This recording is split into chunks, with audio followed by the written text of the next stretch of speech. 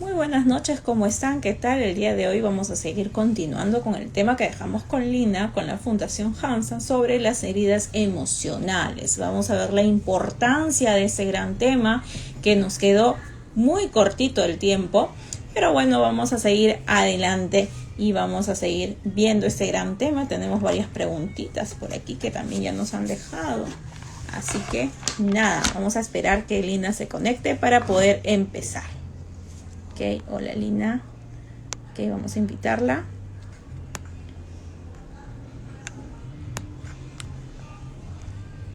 Ya va entrando ahorita.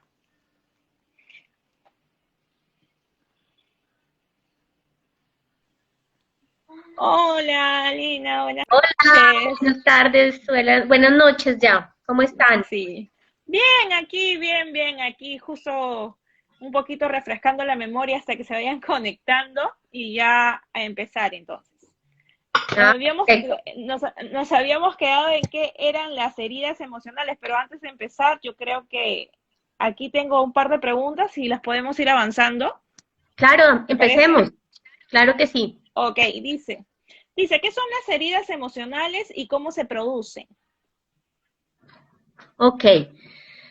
Bueno, las heridas emocionales y mentales, porque no es solamente en el nivel emocional que quedamos heridos, sino también en el nivel mental, o sea, el nivel de las emociones y el de los pensamientos. Son los dos niveles los que quedan heridos o lesionados. Cuando en la infancia, hablemos de la infancia de los 0 a los 7 años, como la primera infancia, y después de los 7 a los 14 es la segunda etapa.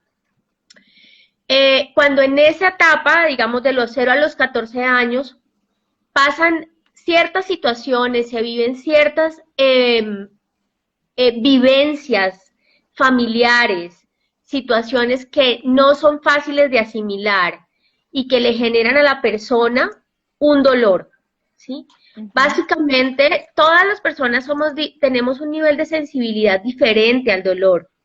No todo el mundo siente el dolor de la misma manera.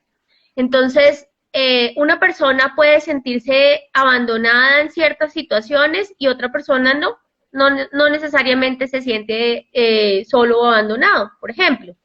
Pero digamos que hay diferentes procesos en la vida, como lo mencionábamos hace 8 días, que yo les decía, Claro. por ejemplo, una herida de abandono no necesariamente se causa solo porque haya un abandono extremo en donde los padres lo dejen a uno en un instituto de adopción, sino también por otro tipo de situaciones que se pueden hacer sentir a la persona sola y abandonada y eso le genera un dolor y ese dolor le genera una huella y esa Ujú. huella se convierte en una herida, ¿sí? ¿Por qué se convierte en una huella y en una herida? Porque nuestro cerebro y nuestro sistema nervioso tiene memoria. Nosotros no hemos olvidado nada de lo que ha pasado a lo largo de nuestra vida desde el inicio, desde el vientre. Solo que esa información está en el nivel inconsciente del cerebro. Es algo que nosotros no tenemos, digamos, a mano, a primera mano. Yo les explicaba hace 8 días que es como en la memoria del computador, la información que tenemos en el escritorio, que está muy a mano, y la información que está en el inconsciente es como la información que tenemos en el disco duro, que está con código, con clave de seguridad, es información que no está a la mano, pero no porque no esté a la mano significa que se le haya olvidado a la persona. Evidentemente nosotros tenemos eh, mucha información de nuestra infancia y sobre todo información sensible, información de cosas que nos dolieron, que las tenemos, eh, entre comillas, olvidada, pero que afloran en ciertos momentos de la vida, cuando lo que nos pasa en el presente no lo recuerda. Solo que nosotros no somos muy conscientes de que nos lo está recordando. Me hago entender. ¿Mm? Por ejemplo, una persona que tiene herida de abandono, para seguir con esa misma herida, es una persona que muy posiblemente le tiene miedo a la soledad. Le tiene miedo a sentirse abandonado, a sentirse solo, ¿sí? Entonces, si en el presente, digamos, soy una mujer de 45 años, pero yo tengo esa herida, yo no me acuerdo cómo se creó ni cómo se causó, digamos que yo no me acuerdo, digamos que tengo olvidado completamente lo que pasó en mis primeros años de vida, que le pasa a mucha gente no se acuerda de nada, te dicen, no, yo no me acuerdo de nada, toda la memoria está bajo llave. Pero en mi presente hoy, resulta que tengo pareja y mi pareja me deja. Mi pareja se va y termina conmigo, mi novio, digamos, me termina. Y yo en ese momento, cuando me pasa eso, hoy a mis 45 años y mi novio me termina, yo siento un dolor inmenso, es un dolor completamente desproporcionado. Es un dolor como si yo me estuviera muriendo del dolor, ¿sí? Es un dolor en donde yo no puedo ni siquiera reaccionar como una persona adulta. Lloro, le tengo pánico, siento mucho miedo, siento mucha angustia, siento mucho dolor. Lo que normalmente pasa ahí es que la persona tiene, claro, el dolor de que el novio la acabó de dejar de ahorita, que es una partecita del dolor, y otra gran parte del dolor es la memoria de la anterior que está oculta, es una memoria que una no sabe de dónde le sale. Entonces, cuando se une esa información, a nosotros se nos sale todo, es como, hagan de cuenta, como una avalancha, como algo que nos sobrepasa, como algo que uno dice, ¿por qué me duele tanto? ¿Sí? O, por ejemplo, cuando la persona tiene herida de rechazo, que hablábamos de otra de las heridas que se causan en la infancia, la de rechazo. Claro. Entonces, y me pasa a mí en el presente, que me rechazan, digamos que me echaron del trabajo, y yo me siento rechazada, ¿sí? Esa sensación de sentirme rechazada me hace sentir otra vez una mala persona, me hace sentir que soy bruta, me hace sentir que soy mala, me hace sentir que yo no merezco nada, y me siento muy mal. Y otra vez, una parte es lo que me está pasando ahorita, y otra gran parte es la sensación de lo que me pasó antes, que como que se me viene, como que se me actualiza de donde me sale. Pero mi sensación es muy, muy fuerte, es algo que me sobrepasa. Entonces, esa es como la trampa de nuestra mente. Tenemos una información que está guardada, de la que no somos muy conscientes, que evidentemente en los procesos terapéuticos lo que uno hace es empezar a sacar esa información y a trabajarla y a procesarla para lograr evolucionarla, para lograr sanarla, y para no seguir viviendo en el presente, pero interpretando el presente con lo que nos pasó en el pasado. Exacto. ¿Sí? Si yo sigo con mi herida intacta, sin haberla sanado ni trabajado de ninguna manera, lo más seguro es que a mí yo voy a seguir interpretando mi realidad desde ese dolor. Por ejemplo, entonces una persona con una herida de rechazo muy fácilmente se siente rechazada por todo, ¿sí? Claro. Entonces viene alguien y te dice, ay no, qué pena, no te puedes sentar ahí, es que está ocupado el puesto. Ay, claro, es que ya me rechazó, claro, como yo no le caigo bien a nadie, es que ya empieza a maquinar toda la sensación del rechazo que siente, o sea, vuelve y dice, claro, es que a mí siempre me han rechazado y a mí otras me van a rechazar y me van a seguir rechazando, y genera una cantidad de conductas, de actitudes para protegerse de ese rechazo o para protegerse de ese abandono. Por ejemplo, entonces la persona que tiene herida de abandono, en general, muchas veces, uno en la psicología o en los procesos humanos no puede decir a todo el mundo seguro le va a pasar esto porque no lo puede generar. Pasa mucho que cuando las personas tienen heridas de abandono tienden a generar relaciones dependientes, a volverse dependiente de su pareja, por ejemplo. Y entonces genera un apego y una sensación de no poder vivir sin la pareja. Y, por ejemplo, una forma de protegerse del dolor del abandono es volverse controlador. Entonces es volverse celoso, estar diciéndole dónde estar todo el tiempo anticipando el abandono, como, me va a abandonar, entonces venga, yo le pregunto dónde está, y venga, entonces yo no lo dejo ir solo, y entonces, por qué hablaste con esa persona? Y entonces, ¿a qué horas me vas a abandonar? Es como la sensación del que tiene la herida de abandono. ¿A qué horas me vas a abandonar? Y yo voy a protegerme de que eso no me pase. Y bueno, de ahí para adelante pasan cosas en las relaciones de pareja, cuando está esa herida de fondo, es una herida muy difícil porque deteriora mucho las parejas. Las personas con herida de abandono, por ejemplo, les cuesta mucho valorarse a sí mismas. Siempre están sintiendo que no importan, que no le importaron a su mamá y a su papá, a alguno de los dos o a los dos. Entonces, la sensación que tienen adentro es que ellos no son importantes, no valen, no son valiosos. Entonces, todo eso... Totalmente se llenan de inseguridad, totalmente. Inseguridad que viene con ellos desde pequeños.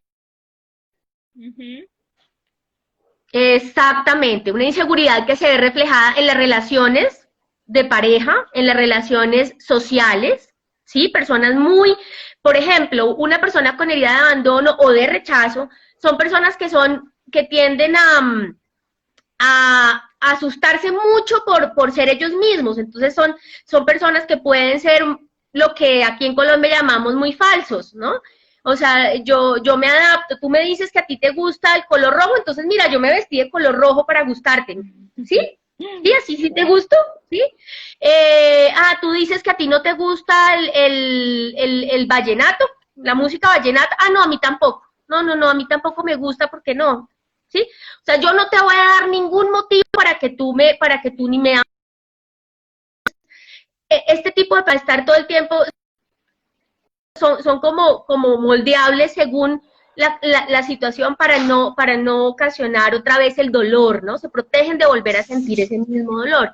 Eso es lo que pasa, esa es la gravedad de que nosotros no sanemos la herida. Que cuando nosotros no sanamos la herida, nuestra vida en el presente va a girar en relación a una cantidad de situaciones para protegernos de volver a sentir ese dolor, y también nos vamos a perder la oportunidad de vivir cosas maravillosas porque nos sentimos atrapados por el miedo al dolor otra vez. Exacto.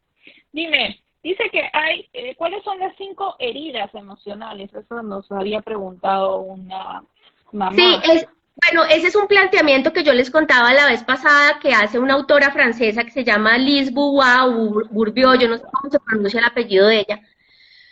Ella hace un planteamiento que a mí me gusta y me parece que resume muy bien, y es que ella dice que hay 5 heridas que son las más dolorosas, digamos, en la infancia, que se causan en la infancia, pero que evidentemente las arrastramos toda la vida si no las sanamos. Abandono, rechazo, humillación, traición e injusticia. Esas son, digamos, las 5 situaciones más dolorosas, lo que más le duele a un ser humano a lo largo de la vida, pero originalmente se causan en la infancia. Pero los 5 vienen de la mano, los 5 vienen juntos. ¿Es un paquete completo o es un...? Necesariamente, no necesariamente, no. Una persona puede... por lo que vivió en su historia y en su vida, tener una herida de rechazo o una herida de humillación muy grande, pero no necesariamente las otras, o tener 2, o sea, siempre hagan de cuenta que es como una clasificación que hacemos para poder entender mejor las cosas, ¿sí? Pero no significa que esto sea como una cosa totalmente esquemática o que sea cuadriculada, no, o sea, en realidad la persona que tiene que decidir cómo se siente, si se siente rechazada, es cada una. O si cada persona tiene que decidir, tiene que ponerle el nombrecito a lo que siente. Y lo que, pues, el planteamiento de las 5 heridas es que, pues, muchas veces esas son las 5 que tienden a ser más difíciles y más dolorosas, pero como te digo, no necesariamente van todas juntas siempre. No, claro que no. Dime, ¿cómo podemos sanar las heridas emocionales de la infancia? Bueno, hablábamos la vez pasada estábamos adentrándonos en ese tema, y yo les decía aquí alguien dice, ¿puedes repetir las 5 heridas, por favor? Ok, Abandono, Punta, punta. abandono es la primera, Mira. rechazo, humillación, traición e injusticia. ¿Mm? La vez pasada estábamos hablando de qué hay que hacer, de por dónde empezamos a coger esto. Y yo les decía que la primera herramienta y la fundamental es la conciencia, es poner atención y observarnos. Pareciera muy fácil y muy obvio, pero muchas veces nosotros somos expertos en escapar de nosotros mismos y de no ser capaces de ser conscientes de lo que sentimos y de lo que pensamos. Y hablábamos la vez pasada de que tenemos una cantidad de recursos para escaparnos. Trabajar en exceso, ver televisión en exceso, salir afuera a los centros comerciales y estar todo el tiempo fuera de nosotros, ocuparnos, siempre ocuparnos afuera, lo que sea, pero siempre afuera. Y bueno, y eso digamos en un nivel básico, pero también obviamente tomar alcohol, consumir droga, cualquier cosa se puede convertir en droga, mejor dicho. Incluso el trabajo se puede convertir en droga. Cualquier cosa que nos ayude a escapar de lo que estamos sintiendo. Entonces, eso es lo primero que tenemos que ser conscientes, decir, oiga, yo estoy adicto al trabajo, estoy adicto a las relaciones, estoy adicto a comprar. Ese es el primer paso de la conciencia. Realmente ¿saben cómo es una prueba interesante para esto? Quedarse quieto y callado un tiempo. Intenten estar en silencio y sin ningún estímulo por una hora, a ver si se sienten en paz, a ver si pueden estar tranquilos sin sentir nada que los abrume. Si hay cosas que los abrumen, entonces es necesario que le empiecen a parar bolas. Esa es la meditación. Meditar es acallar la mente. Y la gente dice meditar es muy difícil, porque evidentemente nuestra mente está llena de información, llena de cosas que no hemos atendido, tanto cosas del presente como cosas del pasado. Entonces el primer paso es decir, ¿cómo estoy? ¿Realmente estoy estable emocional y mentalmente? ¿Puedo quedarme en silencio, callado y me siento en paz? No necesito recibir información para sentirme ocupado, sino que me puedo estar conmigo mismo tranquilo. Uno. Pero si evidentemente paro y empiezo a sentir que hay cosas a los que no le había parado bolas, entonces tengo que decir, voy a pararle bolas. Y ese es el segundo gran paso importante. Que por eso yo les decía la vez pasada que una de las cosas que primero tenemos que hacer en este punto es escuchar lo que sentimos, las emociones. Porque en nuestra cultura latina, en muchos de nuestros países nos han dicho que sentir no está bien, que no está bien sentir pues las emociones negativas, ¿no? Chévere sentir alegría, chévere sentir lo bueno, pero cuando estamos sintiendo tristeza o cuando estamos sintiendo miedo o cuando estamos sintiendo rabia, no, a eso no le pares bolas. Y por eso yo les sugerí la vez pasada que vieran la película de Intensamente o de Inside Out, porque es una película que nos muestra mucho por qué es importante sentir cada emoción y específicamente en esa película hablan de la tristeza. Para resumir de manera rápida, la tristeza nos está mostrando que hay algo que hay algún ciclo, hay algún cierre, hay alguna muerte, hay algún proceso que se está acabando, hay algo que debemos llorar desde la tristeza. Es muy importante que le pongamos atención, no solamente cuando se muere un familiar, es también cuando se acaba una relación de pareja, es cuando vamos a cambiar de trabajo, es cuando se nos va un amigo, es cuando estamos cambiando de momento, de etapa en la vida, por ejemplo, cuando pasamos de los 30 a los 40 años, nos da un jalonazo de tristeza. Diferentes cierres, o diferentes etapas, o diferentes procesos de pérdida. Eso nos quiere decir la tristeza. Hay un déficit. Entonces, nos da tristeza y le tenemos que parar bolas a la tristeza. A la gente le da miedo pararle bolas a la tristeza porque siente que si la deja salir, como en la película, como que si la deja salir, el mundo se les va a venir encima, se les va a acabar. No. Claro. La tristeza simplemente es necesaria que nosotros podamos decir lo que estamos sintiendo, permitir que salgan las lágrimas, expresar la sensación de la tristeza. Nuestro sistema necesariamente lo que necesita es poder expresar, sacar la emoción y pasar y poder pasar al siguiente proceso. Por ejemplo, cuando muere alguien cercano, es un proceso de duelo que en muchos momentos vamos a sentir diferentes emociones y en una etapa vamos a sentir tristeza. Y es importante que sintamos la tristeza y lloremos todo lo que haya que llorar. Vamos a pasar a otra etapa después, no pasa nada. Igual, la rabia, ¿para qué es la rabia? La rabia es para, o nos dice, o cuando sentimos rabia, lo que nos está diciendo nuestro sistema es, pon límite, defiéndete, algo te está atropellando, pon límite. Si nosotros no escuchamos la emoción, no le ponemos atención y hacemos caso omiso, y nos tragamos esa rabia no desaparece. Esa rabia se queda dentro de nosotros. La acumulamos. Y muchas veces le pasa a las personas, y sobre todo cuando en la infancia vivieron cosas que les generaron mucha rabia, como por ejemplo la humillación genera mucha rabia. ¿A qué me refiero? Aquí entre paréntesis, ¿a qué me refiero con humillación? Con la herida de humillación en la infancia. Golpes, insultos, ridiculización, burla, maltrato, desde que somos chiquitos, o sea, y no solamente de parte de los adultos, también se causaría de humillación, por ejemplo, en las relaciones entre hermanos, cuando hay hermanos que son muy duros con otros y los ridiculizan o los maltratan. O sea, la herida de humillación se puede generar de diferentes formas, pero en general la herida de humillación genera mucha rabia. Si esa persona no puede defenderse, no puede poner límites en ese momento y se traga toda esa rabia queda acumulada, no desaparece.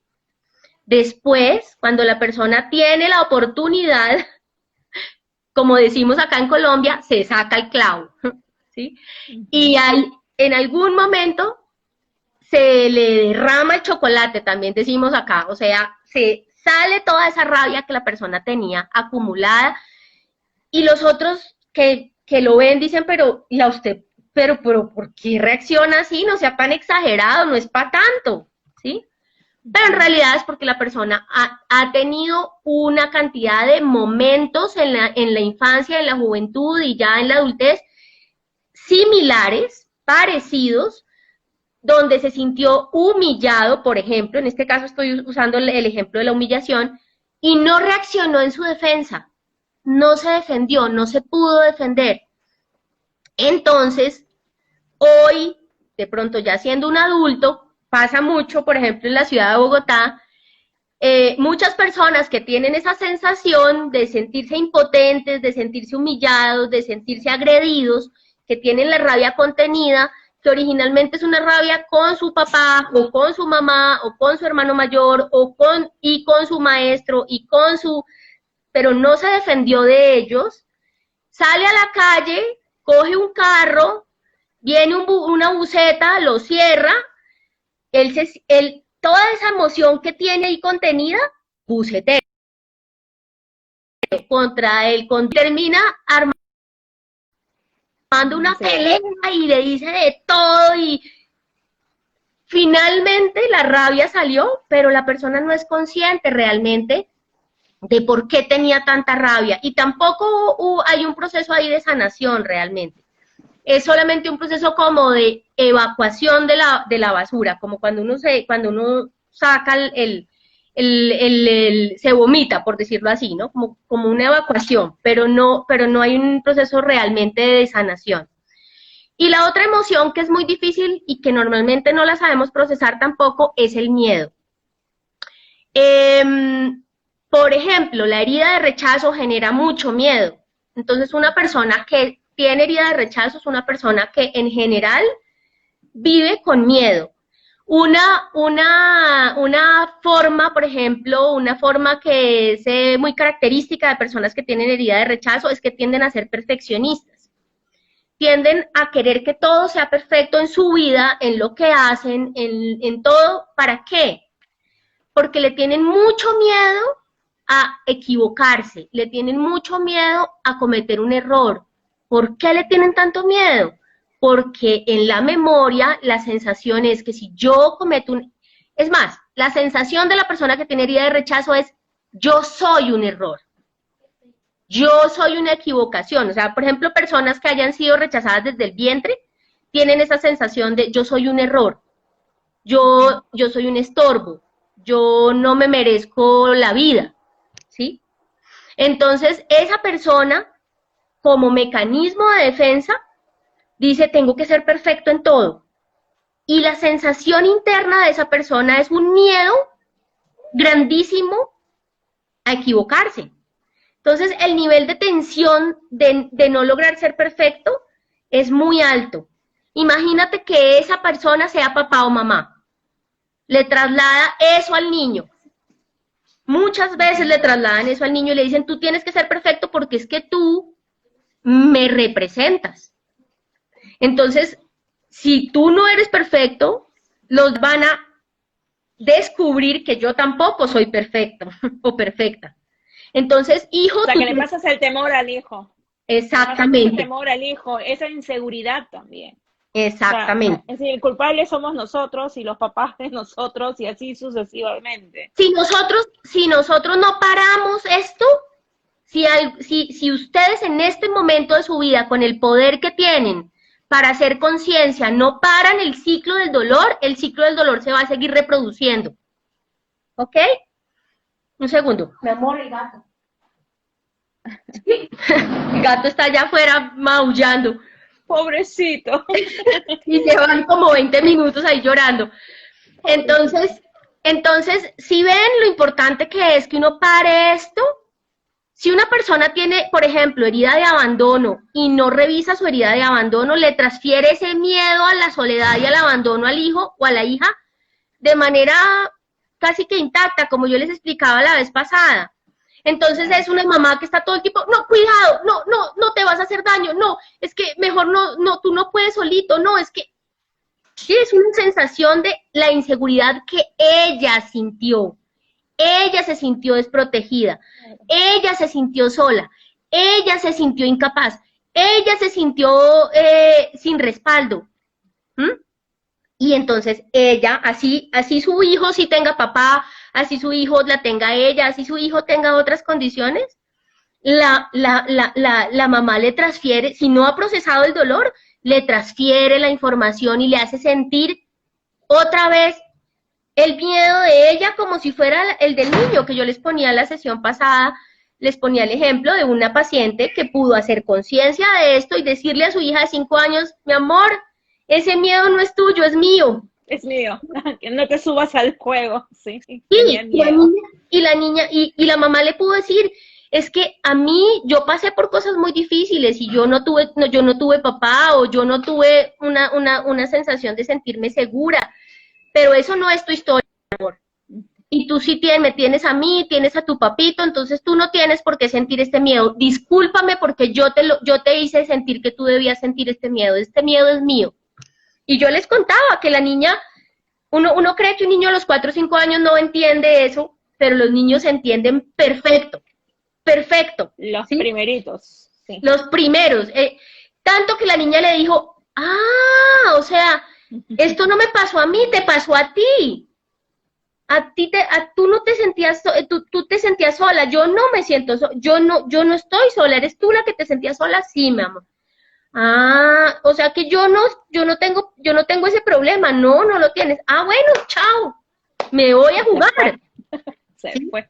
Pero si la mamá o el adulto no tiene la integridad y la valentía para hacer este proceso de conciencia, lo que normalmente pasa es que el adulto sigue vibrando y viviendo desde ese miedo, desde esa angustia, desde esa rabia, desde esa tristeza, y desde ahí actúa, desde ahí toma decisiones, desde ahí se crea todo un carácter, porque, por ejemplo, una persona con un carácter perfeccionista es una persona que sufre mucho y hace sufrir mucho a los demás.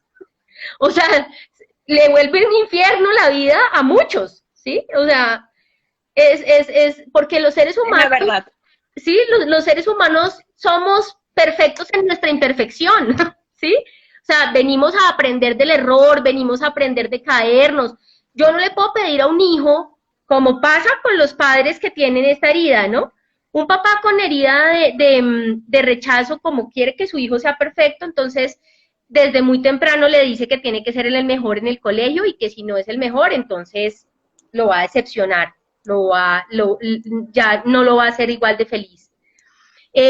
Un padre con herida de rechazo y con una tendencia perfeccionista es un padre que no deja que el niño o la niña jueguen, por ejemplo, que cometan errores, y claro, se solucionan las cosas, pero aprendemos, ¿no? Aprendemos de que nos caímos y nos levantamos, aprendemos de que no somos, de que no pintamos siempre dentro del círculo, sino que de pronto nos salimos y no pasa nada, ¿sí? Pero yo conozco casos de papás y mamás que se estresan porque el niño en el colegio no logró hacer la tarea llenando el circulito perfectamente adentro y se salió un poquito, y la mamá perfeccionista es la primera que se estresa porque el niño cometió un error en su tarea cuando tenía 4 o 5 años en el colegio. Entonces esto es como, ¿qué? O sea, no. Dice, ¿cómo podemos cerrar el ciclo? Poniéndose los pantalones. Lo único. Exacto. Entonces, ¿cómo se para el ciclo? Está preguntando aquí alguien. El ciclo se para sanando la herida. La persona tiene que ser consciente de la herida, de su herida. Lo primero que tiene que ser consciente es de cómo actúa en el presente en función de la herida. Si yo soy una persona perfeccionista, tengo que decir, ay, jue madre, esto no es mal, porque lo primero que hacemos los seres humanos, no tengo por qué cambiar esto. Yo soy perfeccionista, sí, es que a mí me gusta hacer todo bien. Por eso, uno de los puntos más complejos de iniciar el proceso de sanar es la humildad para reconocer que hay cosas que debemos transformar de nosotros mismos. Y nuestra misma familia nos hace el favor de mostrárnoslo. Si nosotros nos disponemos a escuchar lo que ellos nos tienen que decir, que son cosas que debemos mejorar de nosotros. A mí mi hijo mayor me dijo en muchos momentos, me ha dicho muchas cosas que me han ayudado a darme cuenta de algo que yo debo mejorar, pero me acuerdo mucho de él chiquito diciéndome que él necesitaba, y que me dijo, yo necesito que tú confíes en mí, mamá. Confía en mí, yo puedo. Tú me haces sentir que yo no puedo. Confía en mí. Y cuando el niño me dijo eso, yo, gracias a Dios, tuve la posibilidad de escucharlo. Pareciera fácil escuchar, pero muchas veces no queremos escuchar. Muchas veces nuestra pareja, nuestros hijos nos dicen, oye, mamá, pilas con esto, papá, pilas con esto. Y nosotros, desde nuestra soberbia de adultos, decimos, yo soy así. Así soy. Claro, oímos, pero no escuchamos. Exacto, oímos, pero no escuchamos. Son dos cosas distintas. Exacto. Entonces, el primer paso es decir, oiga, sí, realmente eso que me estás diciendo es verdad. Ojo, muchas veces estas llamadas de atención no ocurren en los mejores términos, ¿no? Ocurren en medio de una pelea, que a uno el marido le dice, estoy mamado de que usted me controle la vida, no me joda más. Y entonces uno tiene dos opciones siempre. O dice, no le voy a poner ni 5 de atención y no tiene nada de razón y no quiero. ¿Sí? O dice, a pesar de que me lo haya dicho gritando, a pesar de que me lo haya dicho de mala manera, en algo tiene razón y voy a tomar algo de lo que él me está diciendo para transformarme porque tiene razón. ¿Sí? Puede que uno se tome mucho tiempo en aceptarlo, pero ese es el primer paso, aceptarlo.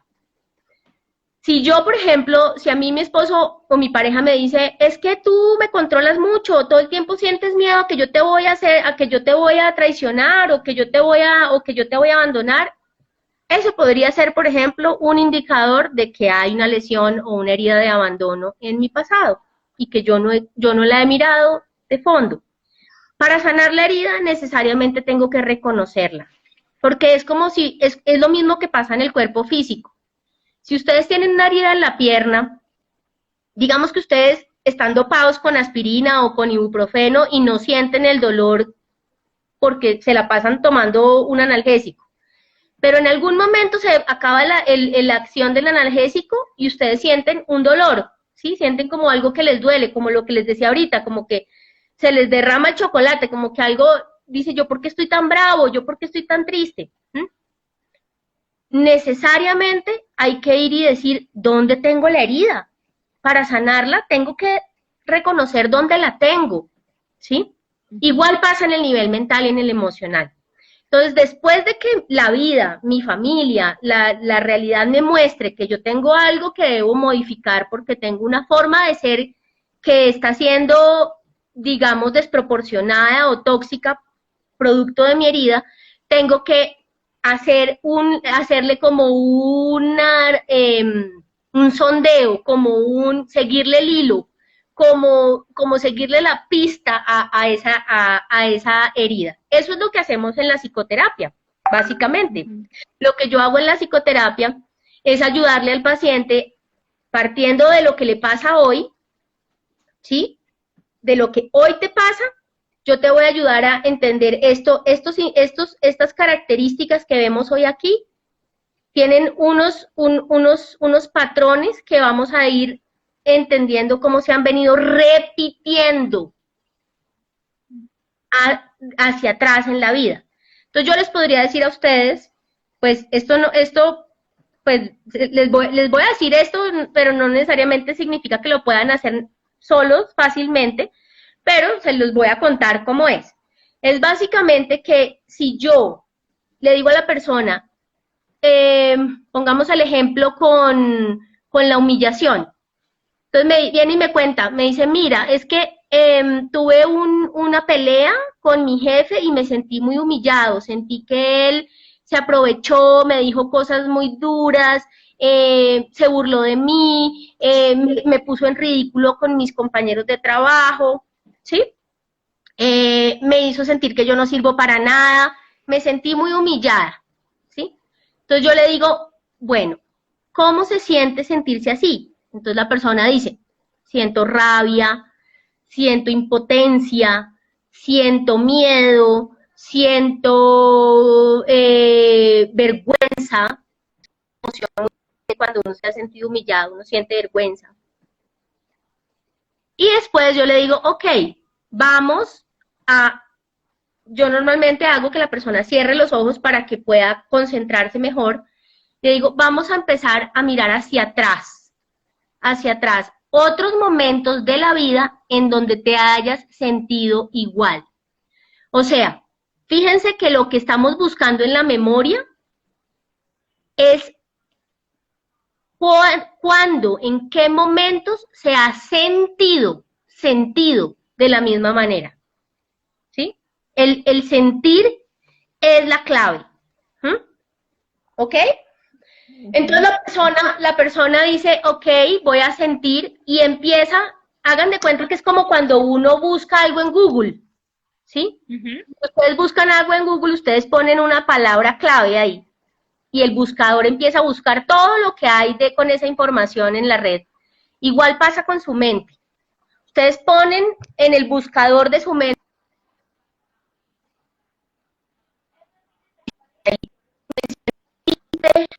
siento rabia, siento miedo. ¿En qué otros momentos me he sentido de la misma manera? Esa es la pregunta.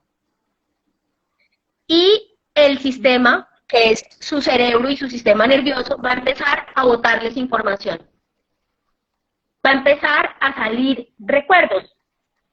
Entonces, me pasó algo parecido con mi pareja. Me pasó algo parecido cuando estaba en la secundaria. Me pasó muchas veces con los profesores en secundaria que me invitaban y me hacían sentir que yo era bruta y que la idea es que vaya a la información más primigenia. Y puedes llegar a decir, esto también lo hacía mi papá, por ejemplo. Mi papá me hacía sentir de la misma manera, también en muchos momentos me hizo sentir así. Cuando la persona logra encontrar información valiosa, lo importante para que se dé el proceso de sanación ahí es que la persona pueda sentir el dolor y pueda como evacuar esa emoción que la persona tiene ahí contenida, ¿ok? Claro. Asimismo también es importante, y ese es todo el proceso terapéutico que hacemos, acompañar a la persona a que logre perdonar eso, a que logre perdonar al otro, perdonarse a sí mismo, porque muchas veces las personas, una de las cosas que es más doloroso, que más me arruga el corazón a mí como terapeuta, es ver cómo la gente, cuando hace estos procesos, uno se da cuenta de que esa persona se está odiando a sí misma, que tiene mucha rabia consigo misma, que se recrimina mucho a sí misma por haber permitido X y Y cosas, por no haber tenido la valentía, digo entre comillas porque un niño de 4 años valentía para irse de la casa, pues no, o valentía muchas veces para defenderse del rechazo de la mamá, pues es difícil. Pero aún así, muchas personas, en el fondo, una de las cosas que son más importantes de sanar es la herida que tiene la persona hacia sí misma, la falta de amor propio, la falta de aceptación por sí mismo, la sensación de odio y de reclamo hacia su propio ser. O sea, al final puede ser incluso más importante sanar eso que... Todo es importante, pero lograr que sane ese proceso de autoamor es la cúspide del proceso de sanación. O sea, a veces pueden sanar la relación con los padres, con la familia, con muchas de las personas que estuvieron involucrados, porque yo les quiero contar que yo tengo pacientes que han tenido que procesar el dolor de maestros, profesores del colegio, que lograron dejar marcas muy negativas en sus alumnos. O sea, tienen poder, los maestros tienen poder, los padres tienen mucho poder, los hermanos tienen mucho poder, la familia extensa tiene mucho poder sobre un niño. Entonces, pero después de mirar todo eso en el fondo, y después de todo, el dolor más grande es contra sí mismo. Las personas que tienen herida, por ejemplo, de rechazo, muchas veces se rechazan durísimo, durísimo a sí mismos. Entonces, ese es el proceso, es un proceso. ¿De qué depende que sea más rápido o menos rápido? Del nivel de resistencia o de bloqueo que ponga la persona. Es como cuando la persona dice, cuando tenemos que ir al odontólogo y sabemos que nos va a doler, dice como, ay no, yo no quiero, o sea, tengo que ir, pero no quiero. Estoy sintiendo el dolor ya. Exacto, ¿sí? Entonces, muchas veces nos resistimos al proceso, porque definitivamente se trata de recordar momentos que son difíciles para sanarlos. Entonces, entre menos resistencia tenga la persona, más rápido vamos y más rápido evolucionamos. Las personas más jóvenes, personas no adolescentes, sino ya después de los 20 a los 30, son maravillosos porque su cerebro está en la flor de la juventud, y entonces procesan la información muy rápido y muy bien. Pero evidentemente es un proceso que depende mucho de cada persona cuánto le tome hacerlo. Nuestro método en el tipo de terapia que nosotros hacemos, pues, y personalmente yo siempre busco que el paciente vaya bastante rápido y sobre todo entregarle herramientas para que lo pueda aprender a hacer cada vez más por sí mismo. Por ejemplo, tengo una paciente que estoy atendiendo hace tal vez unos 3 meses, es una chica joven, muy pila, y ya ha aprendido mucho de cómo se hace este proceso. Este fin de semana, no, perdón, en esta semana se fue de viaje y tuvo un momento difícil. Me escribió y me dijo, estoy en este momento, tengo mucho miedo porque estoy pasando por esto y aquello. Y yo le dije, ok, le di unas indicaciones, le dije, vas a hacer esto, recuerda lo que hemos hecho en terapia, haz este ejercicio y hazlo tú solita, a ver si lo logras hacer tú solita. Y lo logró. Al otro día me llamó y me dijo, logré sentirme mucho mejor, logré salir del círculo vicioso en el que estaba, porque finalmente lo importante, y por lo menos mi enfoque terapéutico, es entregarle herramientas a las personas para que no dependan de mí eternamente, ni mucho menos, al contrario. O sea, rápido logren caminar solitos y logren herramientas que en la vida las puedan seguir utilizando para sanar, porque no, uno normalmente no hace este proceso una sola vez, sino que tiene que muchas veces volver y mirar otra vez y sanar otras cosas, o sea, es mucha la información que tenemos. Uh-huh. Dime, ¿cómo ayuda aquí la Fundación Hansa? Mira, nosotros en este momento, casualmente en esta semana estábamos hablando de abrir un programa en donde tengamos unas tarifas especiales para la psicoterapia. Desde que estamos en pandemia, estamos trabajando por internet siempre, o sea, ya todas las consultas son así virtuales. Entonces eso pues ha sido particular, porque digamos que estamos pudiendo atender a gente en todas partes del mundo. Yo tengo pacientes que están en España, en Australia, en Canadá, obviamente también aquí en Colombia. Entonces, pues, como una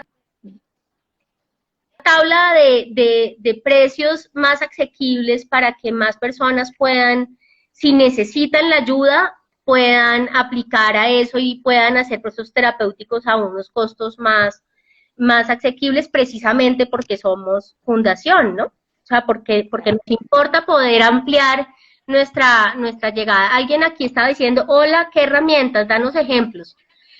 Bueno, les estaba hablando de las herramientas y de la herramienta fundamental que es poder observarte y poder hacer conciencia de lo que sientes y poder identificar cuál es tu herida y dónde se causó la herida. Para eso es muy importante que tengas la capacidad y la herramienta de identificar tus emociones y de no huir de tus emociones. Tus emociones siempre van a ser una guía de lo que tú necesitas trabajar. Tú no debes huir ni de la tristeza, ni del miedo, ni de la rabia. Debes mirar lo que estás sintiendo, debes observarlo. Entonces, la primera herramienta fundamental es hacer proceso de observación y de atención sobre lo que estás sintiendo y lo que estás pensando. Muchas veces las personas no somos conscientes de lo que pensamos, pero hacer conciencia de lo que pensamos nos puede ayudar a darnos cuenta que estamos pensando una cantidad de cosas que nos autodestruyen. Por ejemplo, decirse a sí mismo, yo soy bruta, yo soy incapaz, yo no sirvo para nada, a mí nadie me quiere, yo no importo. O sea, son pensamientos que la persona tiene y que puede que no se los diga a nadie. A veces puede que sí los diga, ¿sí? Pero a veces no se los dice a nadie. Y si tú no paras y no te das cuenta, nadie se va a dar cuenta, ¿sí? Entonces, la herramienta fundamental que tenemos todos los humanos es la capacidad de observarnos, de hacer conciencia y de observar lo que pensamos y lo que sentimos. Y después la otra herramienta que tenemos es la capacidad de hacer ese proceso de autointrospección que les expliqué ahorita, entre identificar lo que me pasa hoy con lo que me ha pasado en el pasado. Y cuando yo logro identificar esos momentos del pasado que son tan, que fueron tan determinantes, que me marcaron tanto, debo poderme centrar ahí y comprender qué fue lo que pasó, con quién fue que pasó eso, cómo me sentí, eso cómo me afectó, eso qué me hizo creer de mí mismo, ¿ok? Quiero hacer énfasis en esto y me gustaría mucho decirlo despacio por los que están tomando nota. Cuando nosotros, y a raíz de la persona que me está preguntando, dime herramientas, dime cosas más específicas, ¿ok? Felipe. Mira, Felipe, cuando nosotros estamos haciendo esa búsqueda en el Google de nuestra cabeza y de nuestro corazón, ¿sí?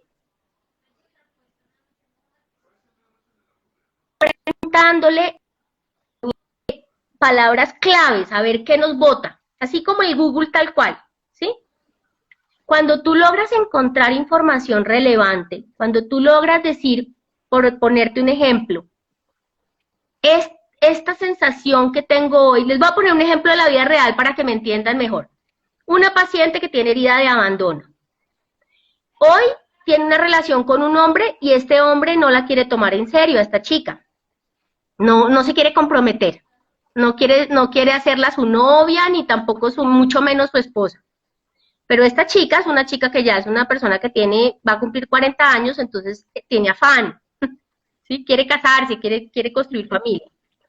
Entonces ella está muy ansiosa, pero este hombre en el presente no le contesta cuando ella lo llama, le deja el WhatsApp en visto, que eso nos pone locos.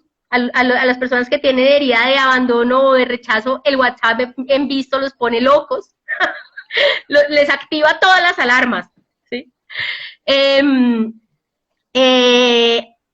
¿Qué más le hace? Ella fue a quedarse a su apartamento y encontró en el apartamento de él unos detalles de otra mujer, ¿sí? Cosas así. Entonces, ella empieza a sentirse supremamente mal, supremamente angustiada, supremamente no puede trabajar, está ansiosa, no se puede concentrar en nada, entonces me llama, auxilio, necesito ayuda, estoy desesperada. Entonces, hacemos el ejercicio que les estoy contando. La hago cerrar sus ojos y le digo, le voy a poner otro nombre a mi paciente para que no revelar su información. Le digo, María, vas a cerrar tus ojos y vas a respirar y te vas a concentrar en esa ansiedad que estás sintiendo. Siéntela. No es al contrario, no la sientas, no pasa nada, tranquila. No, es al contrario. Es siéntela. Siente la ansiedad. Siéntela, con tus ojos cerrados. Ahora, con esa sensación de ansiedad, dime, ¿en de la vida te has sentido así? Entonces ella empieza, el cerebro le empieza a mandar información. Uy, como cuando me dejó mi primer marido. Uy, como cuando terminé con mi novio a los 15 años. Uy, como cuando ahí sale una información importante. Como cuando mi papá se demoraba y no llegaba a la casa. Como cuando yo era chiquita y mi papá se iba de la casa y no llegaba. Y pasaba tiempo y él no llegaba, y no llegaba. Cuando él ya me dice eso, yo le digo, quédate ahí, siéntelo. ¿Cómo se sentía? Entonces ella empieza a descubrir, haz de cuenta como a desagregar la información, ¿sí?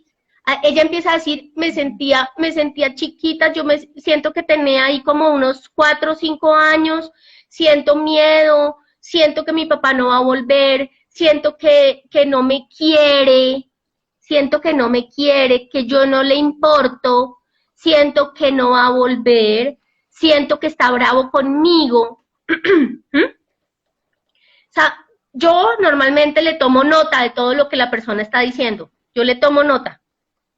Incluso se la tomo por WhatsApp, para que después esa persona pueda recapitular toda esa información, ¿ok? Claro. Y aquí viene lo que quiero decirles específico. Es muy importante que esta persona pueda trabajar en, y lo puede escribir, lo puede trabajar por escrito, que esa persona escriba acerca de esa vivencia, qué fue lo que pasó. El primer punto es qué fue lo que pasó. En este caso, entonces, pasaba que mi papá se iba, nos dejaba por mucho tiempo, mi mamá lloraba, yo también, yo sentía mucho miedo, sentía que yo no le importaba a mi papá, ¿sí? Entonces, ¿qué fue lo que pasó? Pasó que mi papá se iba por mucho tiempo y peleaba con mi mamá y nos dejaba. Eso era lo que pasaba. Él después volvía, pero esos horas o esos días en donde él estaba, yo me sentía muy abandonada. Entonces, esa es la segunda pregunta. ¿Cómo te sentías? ¿Cómo se sentía la niña? Entonces, ella debe escribir, la niña se sentía triste, se sentía abandonada, se sentía sola, sentía que no le importaba, sentía que yo no le importaba a mi papá, sentía que no tenía tiempo para mí, sentía que yo no era valiosa para mi papá. Aquí va la tercera pregunta importante. ¿Eso qué te hizo creer? Creer de ti misma, creer. Entonces, recapitulemos. Esto fue lo que pasó, así me hizo sentir. Y la tercera, esto me hizo creer de mí misma. ¿Ok? Entonces, ahí, ¿qué va a poner la persona? Va a decir, ¿qué me hizo creer? Basado en lo que está sintiendo, en lo que sintió en el ejercicio. Me hizo creer que yo no importaba. Me hizo creer que él no me quería. Me hizo creer que yo no era valiosa. Me hizo creer que yo no merecía amor. ¿Sí? Eso fue lo que me hizo creer esa vivencia con mi papá. Pero esas creencias son tan poderosas y tienen tanta raíz. Y si eso que pasó con el papá no pasó solo una vez, sino pasó varias, entonces eso se fue reafirmando, ¿sí? Siempre. La cuarta pregunta es, ¿esto cómo ha afectado mi vida? Esa creencia y eso que pasó, ¿cómo se ha reproducido? ¿Cómo ha afectado mis decisiones? ¿Cómo ha afectado mi forma de ver la vida?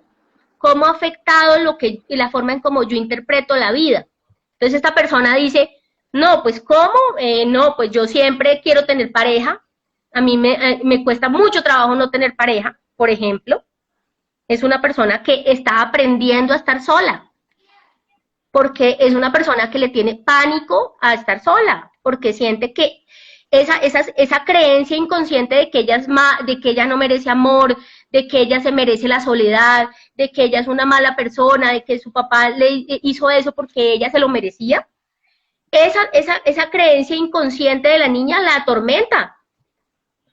Ella en el fondo siente que ella no se merece un hombre que la ame. Eso es lo que ella debe cambiar. ¿Ok? Claro. Muy bien. Nos queda 7:57, ya nos queda poquitísimo tiempo. Mira qué corto se queda. Y la última pregunta, o el último punto clave, es que esto es lo que decido para mí ahora. ¿Sí? Entonces, la primera, esto fue lo que pasó. La segunda, así me sentí. La tercera, esto me hizo creer de mí misma. La cuarta, así ha afectado mi vida, mis decisiones. Y la quinta, esto es lo que decido para mí ahora. Y ahí vas a poder empezar a marcar otro destino, otras decisiones, ¿ok? Gracias, súper buena, dice. Y aquí es donde tú estás limpiando tu terreno para sembrar nuevas semillas. Semillas que germinen en otra tierra, en una tierra de amor hacia ti mismo, en donde tú digas, yo decido que sí merezco amor, decido que yo me voy a amar, decido que yo me voy a acompañar, decido que yo soy un ser humano que merece amor, así lo que haya pasado con mi padre, eso quedó en el pasado. Mi padre no, en el fondo no tiene la culpa porque él simplemente estaba pasando por momentos muy difíciles, pero yo hoy decido que mi ser, mi niña interna y yo, la mujer que soy hoy, merezco amor y merezco merezco aceptación y merezco dármelo a mí misma primero que esperar que otro me lo dé. Me lo voy a dar yo primero. Esa es la medicina más poderosa. Ustedes logren llegar a darse ese nivel de amor y de aceptación. Aceptación, sobre todo. Listo, Lina, mil gracias, de verdad. Espero, ojalá este jueves si nos podamos conectar de nuevo. La gente está ahí. Tienes un montón. Llegamos a ver. Me encanta poderles entregar esto, de verdad es lo que ha hecho que mi vida sea un éxito, de verdad, sin modestia, de verdad. Yo les puedo decir que si ustedes trabajan en ustedes mismos y sanan sus heridas, ustedes pueden vivir una vida alegre, feliz, sin miedo, sin angustia, sin rabia. Eso es verdad. Yo doy fe de eso. Yo doy fe de eso. Y eso es lo que les quiero compartir hoy. Gracias a todos por participar y gracias por... qué bueno, María Eugenia te recomendó. Muy bien, María Eugenia es mi colega en la fundación. Qué chévere que te hayas podido conectar, Felipe. Entonces, bienvenidos y seguimos. Silvia, estoy viendo Silvia. Hola, Silvia, también te conozco. Qué rico verlos aquí conectadas y también a Elvia.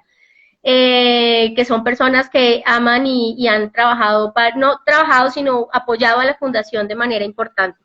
Entonces... Dime. No sé, tú dirás, ¿seguimos el otro jueves o...? Claro que sí, seguimos. Sí, dale. El otro jueves igual a las 7 de la noche en punto, por favor, puntual, para que no se pierdan nada, porque... No, queda mucho tema nos queda mucho tema por recorrer, entonces aquí estaré el jueves en 8 días para ustedes. Ajá. Un beso, gracias. Chao. Gracias enorme, Lina. Chao, chao, chao, chicos. Cuídense. Mil gracias a todos, ¿ah? Gracias.